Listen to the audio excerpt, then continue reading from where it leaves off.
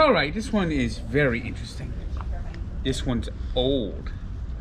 How old do you think this Flying Cauldron Butterscotch beer, non-alcoholic, is? 20 years. No, that's not old. Well, like, is the actual drink old, or it's from a long time ago? It's from a long time ago. Oh, from the 1400s?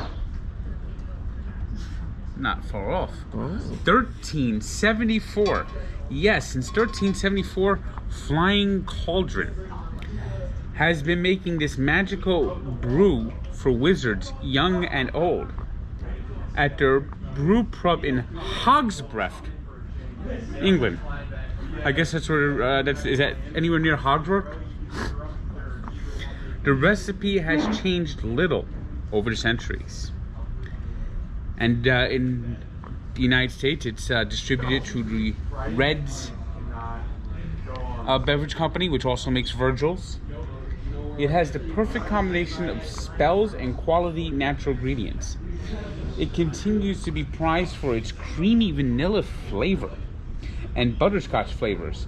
Some wizards claim this brew places a ward of protection on those who drink it, and consuming the product has been known to accelerate wizarding abilities. Does anyone have a wizard's hat? Yeah, where's the wizard hats at?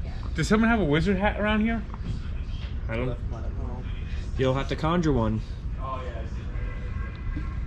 Well, let's see if this drink can conjure up a good score or a bad score. Nice. Where's my magic opener? Here it is. I mean, this is... Okay. We got a wizard hat. So, let's see if this can spell. Abracadabra, crabadadoo. Let's see how this Flying Cauldron tastes to you. Woo!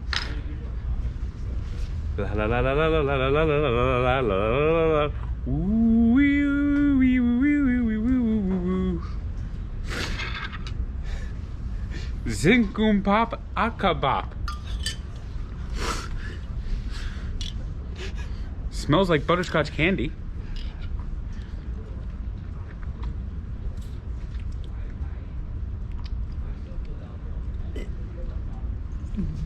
And I got 4 bottles of this crap. This is the one that Smitty gave me. I don't know what I'm gonna do with those 4 crappy bottles because this fucking sucks. They need to send it back to 1374. This is atrocious. This is a 1.7.